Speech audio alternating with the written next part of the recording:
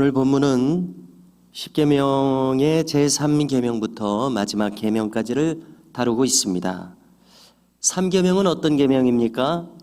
1, 2계명에 이어서 1, 2계명과 연결되어서 보완하는 계명이라고 우리가 이해할 수 있습니다.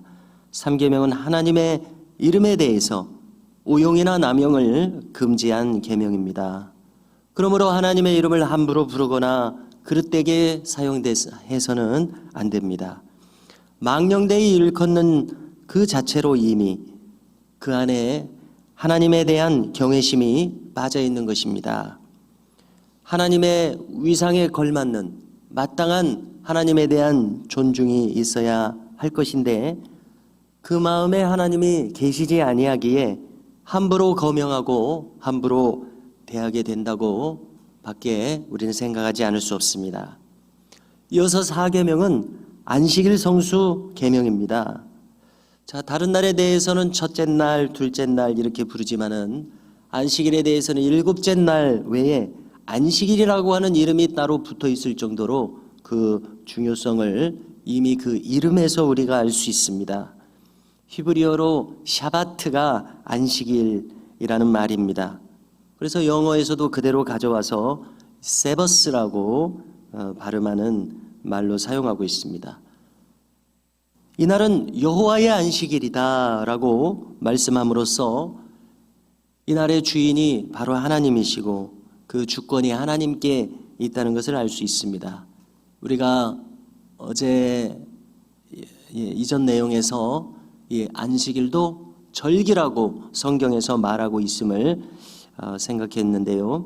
이 안식일은 그러므로 여호와의 안식일이다 하는 이 말은 이 안식일을 절기로서 지키라는 그런 의미를 우리가 여기서 알 수 있습니다. 우리가 안식일을 어렵게 생각할 필요는 없습니다. 말 그대로 쉬는 것입니다. 우리가 삶의 긴장감 속에서 매일매일을 달리는 경주마와 같이 달리고 있습니다마는 이 안식일은 이렇게 삶의 긴장감 속에서 달리다가도 꼭 쉼표를 찍으라는 그러한 신호입니다. 왜냐하면 인간은 기계처럼 지어지지 않았기 때문입니다. 그래서 이 안식일은 쉬는 것과 함께 예배하는 날입니다. 하나님께 집중하는 날입니다. 그분의 다스리심을 직접 받는 날입니다. 다른 날도 마찬가지지만요. 그러므로 안식일을 성수하는 것 없이 인생을 살아간다고 하는 것은 하나님과 아무런 관계를 맺지 않고 살아간다는 뜻이 되고 맙니다.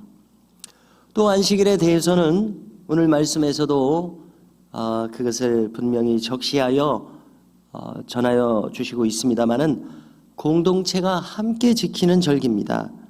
여기 오늘 말씀에서 내 아들이나 딸이나 남종이나 여종이나 온 가솔들과 가족들도 모두 쉬게 해야 한다고 말씀하지 않습니까?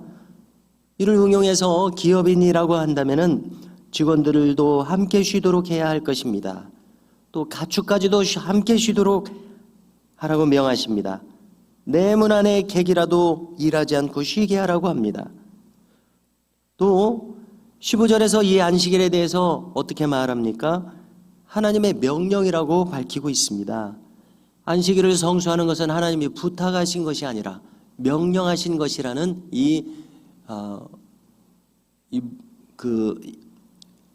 무게감을 우리가 알고 있어야 되겠습니다.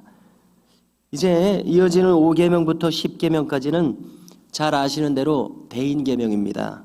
사람을 향해서는 어떠한 자세로 또 어떠한 그 마음과 행함으로 살아갈 것인가에 대한 계명입니다. 달리 말해서 이웃사랑의 계명입니다. 또 우리 주님께서 요약해 주신 대로 내 이웃을 내 몸과 같이 사랑하라고 했습니다.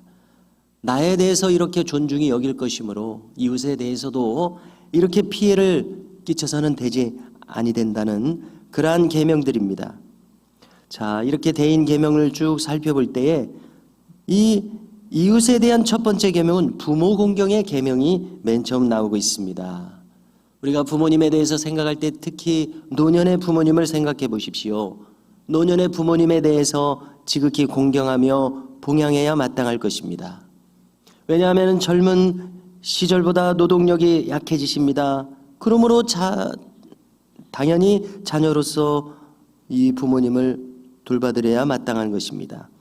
그러므로 이 약속 있는 첫 계명을 지키는 이는 그가 받은 땅에서 그 생명이 길고 복을 누리겠다고 약속하십니다. 그래서 우리가 에베소서에서도 일컫듯이 약속 있는 첫 계명이라고 우리가 말하게 됩니다. 다음으로는 살인하지 말지니라, 간음하지 말지니라, 도둑질하지 말지니라의 계명들이 이어집니다. 자, 이와 같은 십계명의 계명들에 대해서 루터가 주석한 그러한 내용들을 보면은 그는 특별히 하나님의 사랑과 연결해서 이 계명들을 이해하고 있는 것을 찾아볼 수 있습니다. 예를 들어서 살인하지 말라는 계명 속에 하나님께서 우리의 생명을 보호하여 주시기를 원하시는 하나님의 사랑이 나타나 있다고 이렇게 풀이합니다. 간음하지 말라고 하는 계명 속에 우리의 순결을 지켜주시기를 원하시는 하나님의 사랑이 나타나 있고, 또 도둑질하지 말라는 계명 속에 우리의 사유재산을 지켜주시는 하나님의 사랑이 나타나 있다고 말할 수 있습니다. 다음으로는 거짓 증거하지 말지니라입니다. 자, 이 거짓말을 생각해 볼 때에 이 거짓 증거, 또 위증, 재판석상에서 하는 위증과 같은 거짓말에 대해서 이것을 당하는 입장에서 한번 생각을 해본다면은 이것은 사람의 인격의 존엄성을 해치는 일임을 알 수 있습니다.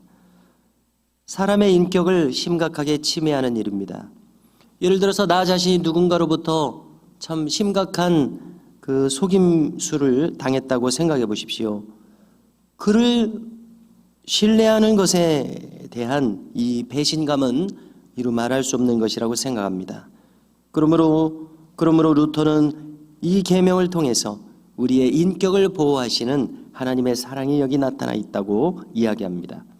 다음으로 내 이웃을 탐내지 말지니라 라고 말씀하십니다. 내 이웃의 아내나 집이나 밭이나 남녀 종이나 가축이나 그 밖에 모든 소유를 탐내지 말지니라 말씀하십니다. 그러므로 우리는 함부로 타인의 재산권을 침해해서는 안 될 것입니다. 이렇게 하나님께서는 십계명을 통해서 하나님 사랑과 이웃 사랑이야말로 인간의 마땅한 본분인 것을 분명히 말씀해 주시고 있음을 알 수 있습니다. 십계명은 단순히 계명을 나열한 것이 아님을 우리는 알아야 되겠습니다. 무엇보다도 이 삶에 대한 우리의 태도를 근본적으로 수립해 주고 있습니다.